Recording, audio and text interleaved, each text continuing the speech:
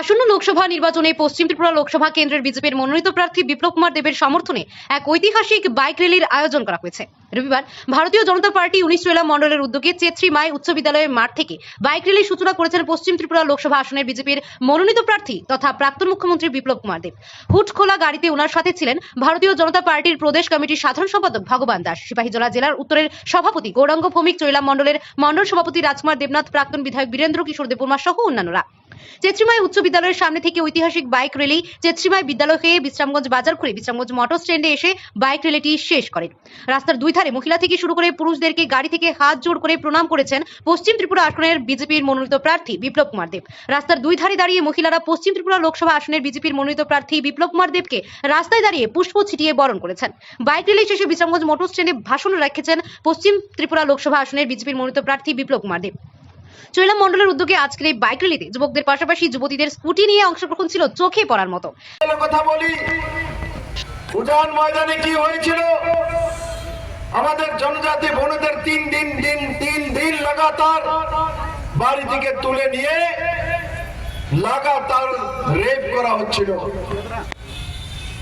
আর তখন জোট সরকার ছিল, সেই জোট সরকারের বিরুদ্ধে কমিউনিস্টরা উজান ময়দান নিয়ে, মহিলাদের উপর অত্যাচার নিয়ে, জনজাতির উপর অত্যাচার নিয়ে পুরো রাজ্যব্যাপী আন্দোলন করে।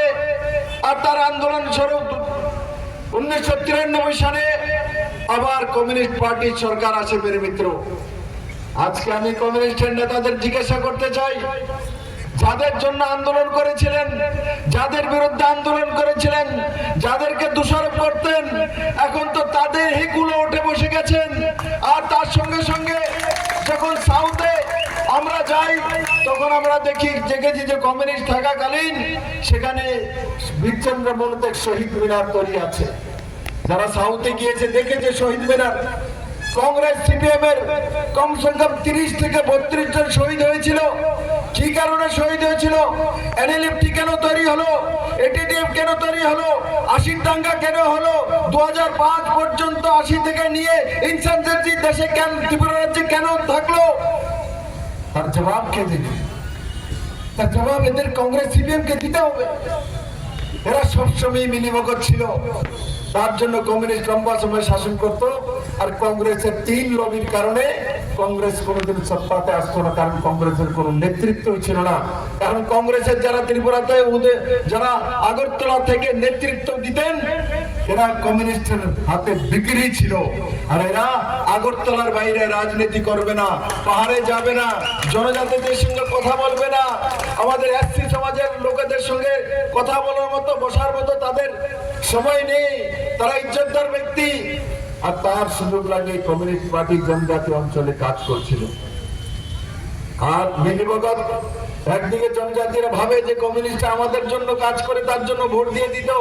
আর এসে আবার এই কংগ্রেসের সঙ্গে আজকে 2023 বিধানসভা নির্বাচন আর এবার লোকসভা নির্বাচন ত্রিপুরাতে প্রমাণিত হচ্ছে। ত্রিপুরাবাসী, বিজেপি তো 6 বছর হয়েছে, এখানে যারা বিজেপিতে এসছেন কংগ্রেস সিপিএম থেকে এসছেন বন্ধুরা, মাত্র 6 বছর বিজেপির সরকার।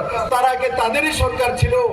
এদেরকে জিজ্ঞাসা করা উচিত, কেন ত্রিপুরাতে কংগ্রেস সিপিএম এর লড়াই করিয়েছেন, কেন বাড়িঘর জ্বালিয়েছেন, কেন রেপ করেছেন, কেন মানুষের উপর অত্যাচার করেছেন, কেন একে অপরের বিরুদ্ধে উৎসাহ উঠিয়ে মানুষকে খেপিয়ে মারপিট করিয়েছেন? তার জবাব কে দেবে মেরে দিতে? আর কাজ, কমিউনিস্ট পার্টির কাজ কি করেছে ত্রিপুরা রাজ্যের মধ্যে? আজ পর্যন্ত কোনো উদাহরণ নেই কাজের। বন্ধুরা, শুধু অন্ন বস্ত্র বাসস্থানের কথা বলতেন, কিন্তু অন্ন বস্ত্র বাসস্থানের ব্যবস্থা যদি কেউ করেছে, ভারতীয় জনতা পার্টি সরকার আসার পর করেছে। 80 কোটি ভারতবাসীকে নরেন্দ্র মোদী ফ্রিতে চাউলের ব্যবস্থা করেন। আর সারা ভারতবর্ষের মধ্যে প্রত্যেকটি মানুষের ঘরে জলের ব্যবস্থা করেছেন। ত্রিপুরা রাজ্যে আজকে মানুষের যে রোজগার এবং ভবিষ্যৎ নজওয়ানদেরকে ভারতীয় জনতা পার্টির সঙ্গে আছে। মেরে মিত্র, এখানে বড় মাত্রায় মহিলারা এসছেন, আমি আপনাদেরকে নিবেদন এটাই করবো, এখানে বহু কিছু বলার মতো আমার কাছে কোনো কিছু নেই, কিন্তু আমি আপনাদেরকে একটাই বলবো, আগামী 19শে এপ্রিল লোকসভা নির্বাচন এই কেন্দ্রে হবে, আর তার জন্য প্রত্যেকটি বাড়িতে কংগ্রেস হোক সিপিএম হোক আগে হতে বা করতো তাদের বাড়িতে যাওয়া। কারণ কি, এবার কংগ্রেসের যে প্রার্থী হয়েছে তার সঙ্গে বাড়ি যাওয়ার জন্য ভূত নেই, লোক তো দূরের কথা, ভূত প্রেত পর্যন্ত নেই। কারণ কি, এরা যে অন্যায় করেছে, আশির দাঙ্গার কারণে হাজারো জাতি জনজাতির মৃত্যু হয়েছে এই রাজ্যের মধ্যে। 30, 35, 40 বছরে কংগ্রেস সিপিএম এর লড়াইয়ে হাজারো কার্যকর্তা খুন হয়েছে, তাদের আত্মা কংগ্রেস সিপিএম এর নেতাদেরকে মাফ করবে না বন্ধুরা, কারণ আত্মা কোনোদিন মাফ করবে না। তার জন্য এরা ভয়ে ত্রিপুরার মানুষের কাছে যাবে না। অফিসিয়াল তো প্রার্থী হয়ে গেছে, এখন পর্যন্ত ময়দানে নামার হিম্মত নেই, কারণ মানুষকে চেহারা দেখানোর মতো টিভিতে দেখাতে পারে, কিন্তু বিশ্রামগঞ্জে আসে কি বলবে বাজারের মধ্যে। বিশ্রামগড়বাসী তো দেখেছে, কংগ্রেস আর সিপিএম এর লড়াই তো দেখেছে, একে অপরের মধ্যে বাড়ি জ্বালিয়ে দাও তো দেখেছে, এসে ভাষণ কি দেবে, কোথায় বলবে, কাকে বলবে, কিভাবে বলবে, তাদের মুখ দেখানোর জায়গা নেই বন্ধু। সেই কারণে পার্টি বলেছে প্রার্থী হয়েছে, প্রার্থীরও হিম্মত নেই বিশ্রামগঞ্জে আসার মেরে মিত্র।